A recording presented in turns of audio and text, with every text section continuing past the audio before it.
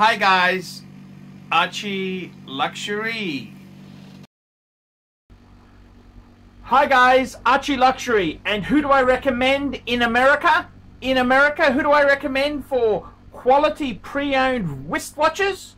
David SW, David SW, David SW. Go to davidsw.com. He is the best, the greatest pre-owned dealer in all of the United States of America.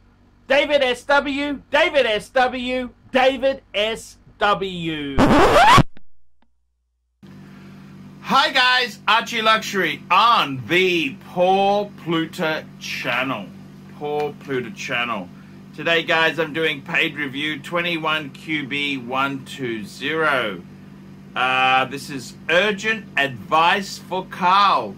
Before we start here, quick wristwatch check. I'm wearing a Rolex Submariner. The 41mm Rolex Submariner. Okay, let's jump straight in here. Hi Arch, I prefer to remain anonymous in this one. No worries. Reaching out to you for advice on a rather serious topic: how watch collecting wrecked my best friend's mental health. My friend Carl is British and has worked in Hong Kong for many years as an investment banker in one of the big firms. He's in his mid-30s, once again a bachelor following his divorce, and a high-octane person, meaning that he works hard, picks up a big salary, runs ultra-marathons, and has a way with words and women. He's intelligent and eloquent. He has an addictive personality and is a so-called functional alcoholic. Okie dokie. Meaning that he drinks half a bottle of whiskey a day since a decade and a half, but still manages to run his life without people knowing of his addiction. His other addiction is watches. During COVID, he's been lonely and cooped up in a small apartment, small flat, and the watch bug hit him badly. He's accumulated 9 hot Rolex, Explorer 1, Explorer 2, Sub, Daytona, Oyster Quartz, Yachtmaster, 2 Datejust, and a GMT Pepsi, as well as a couple of JLCs and Cartiers. A solid high-value collection, without a doubt, but watches have taken over his life, and he ties his self-worth and value to the status of his watches. The deeper into it he gets, the more he resents and even hates people with lesser primary focus day and night. He has no partner or kids, and his whole life is about showing off the watch collection, which is fueling a major depression. The watches aren't bringing him the happiness he hoped for. We used to talk watches all the time, and it was great. So many brands to explore and talk about, but now it's stopped because the guy quickly gets angry and contentious. When I tell him that I'm buying some special vintage Omega, he says that's for loser wannabes who can't afford Rolex, and that I've lost my way in life. When he sees someone with a Speedy, he says he's graduated from low-value watches and that Speedies oozed mediocrity and middle-class aspirations. He's become a bit of a pretentious asshole, to be frank, and he ain't in it for the love of watches, but rather to boost his self-worth. I hope I've made the picture more or less clear. I'm not exaggerating or baiting, but genuinely asking if you can give this man some advice how he consumes your videos and how integral watches are to his life. I think watch collecting has caused great harm to him, amplifying his insecurities and accelerating his alcoholism And I'm worried he'll hit the bottom one day and not get back up again. Thanks from a concerned friend and viewer. So here we go. This is the a story here. And okie dokie. So this is to Carl. So I want to give some advice to Carl, and I've got to be totally honest with you there. It's funny with watches. I have gone through a bit of a transitional period myself, and it's funny. I thought having 5 or 6 Patek Philippe's would mean that I could face any problem in this world without any problem. I thought it gave me superpowers. The reality is it doesn't. It doesn't. And I've got to be totally honest with you. It's like anything. Sometimes this hobby can't make you classy, just like it can't make you content and at peace with the world. I think realistically, you know, I look at myself there, and I've had a long history in watch collecting, and I've really settled on Pateks, some Pateks, which I get a lot of shit for. People say, oh, and the funny thing is, the people who give me shit about my Pateks, they haven't read the books. They don't understand what my fascination is with certain models I've collected. And you know, the truth is, you've got to buy things to make yourself happy. I would say if you've got a superiority complex, I'd be heading to, you know, the brands that I think would make you horologically superior would be Pateks, Langes, Vacherons, Breguets, that genre, because you can look down on the people who buy Rolex. And I've come to terms with my opinions. I used to think Rolex wasn't good enough until I realized, hang on a minute, the casual life that I lead is perfect for a steel sports Rolex. So I've got to tell you, to answer your friend's question there, I think these problems are more seated than the watches themselves. I don't think the watches have turned him into an arsehole. To be completely honest with you, you tell me Carl here he's in his mid-30s. If he's drinking a bottle of whiskey a day, drinks half a bottle of whiskey a day, that's starting to get concerning. If you do that over a long period, you turn from being a functioning alcoholic, then it becomes a problem. The problem with these industries he's in, investment banking, a lot of these industries here, they used to be the glamour days. Those days are gone. To keep a high-paid job, you've really got to work long hours and bring in projects. And I got to be honest with you, I think there's more to his down than merely the watch collecting. I think myself, you mentioned there he has worked in Hong Kong. I mean, so where is he now? It sounds like he's back in England. You mentioned there his other addiction is watches. During COVID, he's been lonely and cooped up in a small flat. Now, I would say he's probably not in Hong Kong, okay? Because the thing about Hong Kong is there's a lot of extremely pretentious women who would love him in Hong Kong. So I think, reading between the lines here, maybe he needs to have a bit of a sea change And look, the watches are okay. The watches aren't going to make you happy. The watches aren't going to make you sad. The watches are neutral in all of this. I would say the big problem is he's looking at the meaningless in his life there. Career, work, and ambitions. I think it could be perfect time for Carl to pack up. If he's, depending on how wealthy he is, if he's paid his apartment off, well, just rent it out or lock it up and go on a sabbatical to Asia. I think that's exactly where he should be going.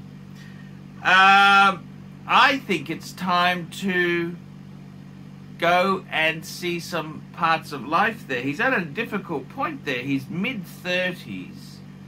So I got to be totally honest with you. I think it's more to it. The watches is just a symptom, okay? It's the watches is just a channel he's put his energy in. I think the big concern is the alcoholism.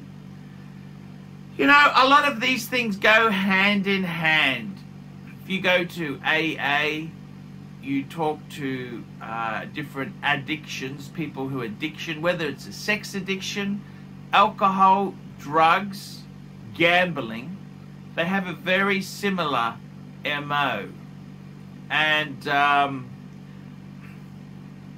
they follow similar, you get similar endorphin rushes from purchasing and buying these things. And I think, to be honest with you, that's what it sounds like. Now, he's got 9 watches plus some other stuff. That's not terrible. It's quite a nice little collection.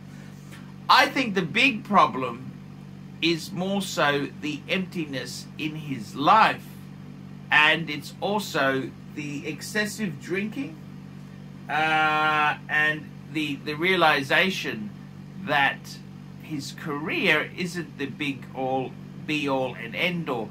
I think this would be a perfect time to have a sea change and relocate, depending on how wealthy he is. I don't know how much he's squandered or how much he has there, but you know what?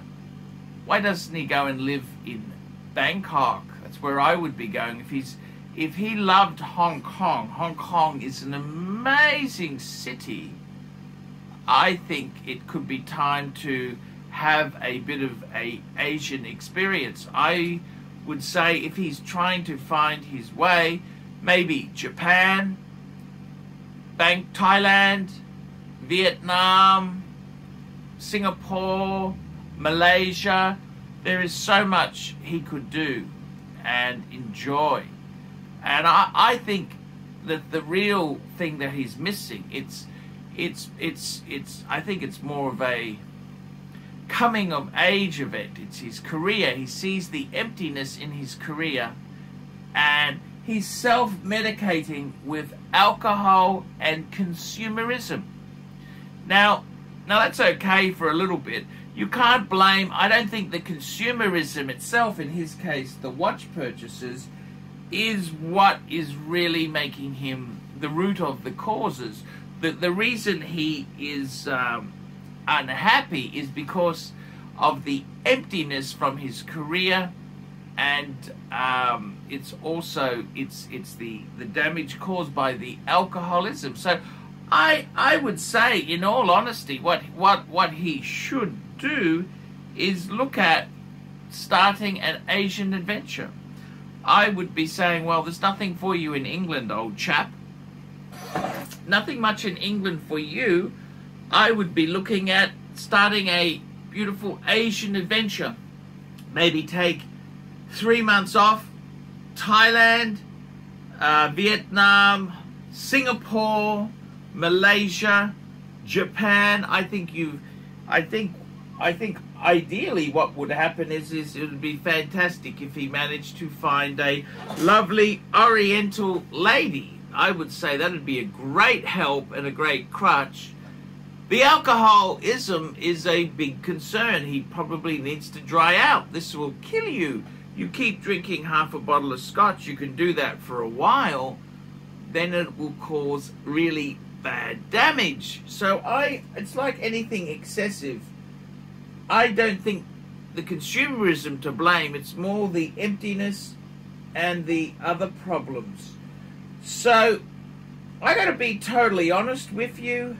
I've known a few alpha males, very high achieving men who've built collections, and I had a really good friend who took it to the nth degree.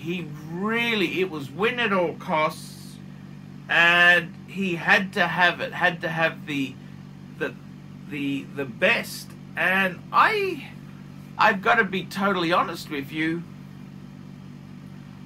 I don't think that's the answer to happiness. I think there's nothing wrong with a few material goods, some material baubles to enjoy, but they aren't necessarily going to make you happy. And I've got to be totally frank with you. This world we live in, it's very easy to be spat out very quickly. So what would I do? What would I do for your friend there? Well, I got to be totally honest with you. It is a very touchy situation. This is not a good situation to be in. This is actually quite bad. I think he really should be encouraged to cease the drinking and maybe go on an Asian adventure. That's what I reckon would be a great thing to do. I don't know what his financial position is, how well off he is, but I think taking some time out for yourself would be a great start. Now, the problem is he going to listen to me? Is he going to listen to you? I don't know. He's got a beautiful little collection there. Look, it's not the greatest collection in the sense that I would definitely say a couple of Patek Philippe's, particularly the dress Pateks, Calatravas, World Time, manual wine chronograph, annual calendar, or God forbid, a perpetual calendar. That'd be really a great addition there. But you know, there's nothing wrong with what he's got. I would try to encourage him to say, look, you're unhappy.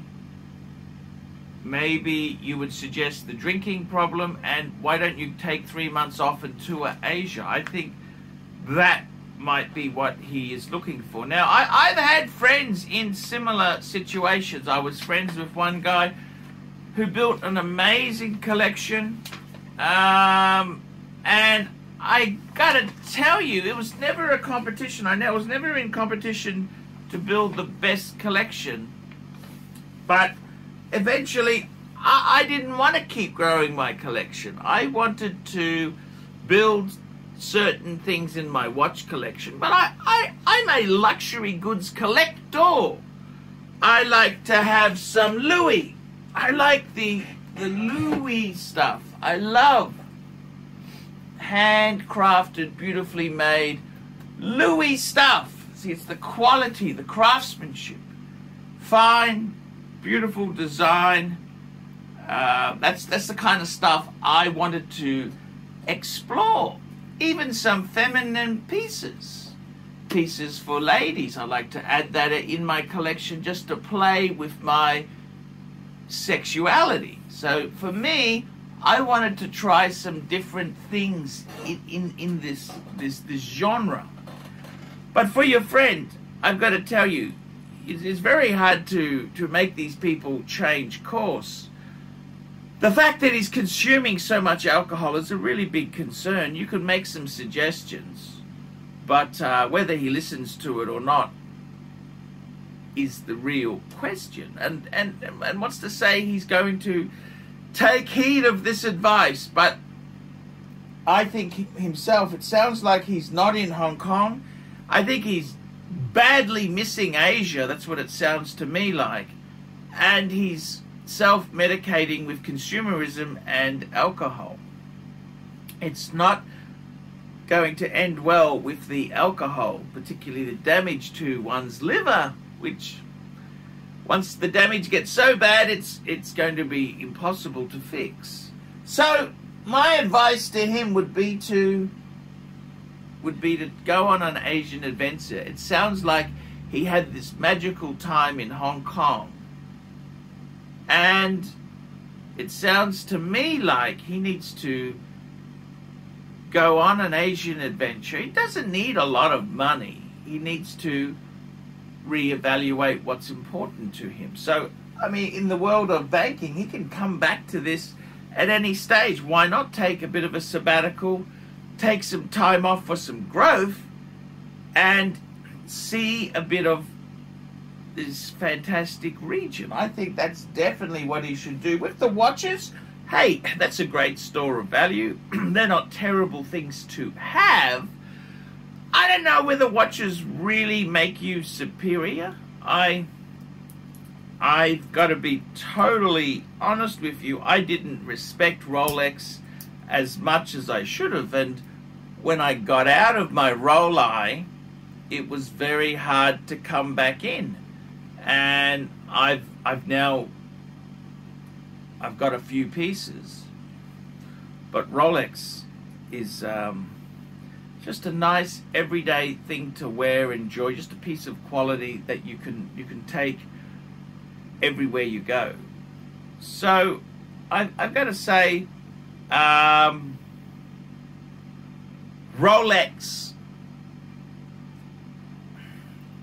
is a great way to go. I love Rolex. I really do love Rolex. But as for your friend there, I would say the drinking is probably a bigger concern. I think he needs to go on an Asian adventure.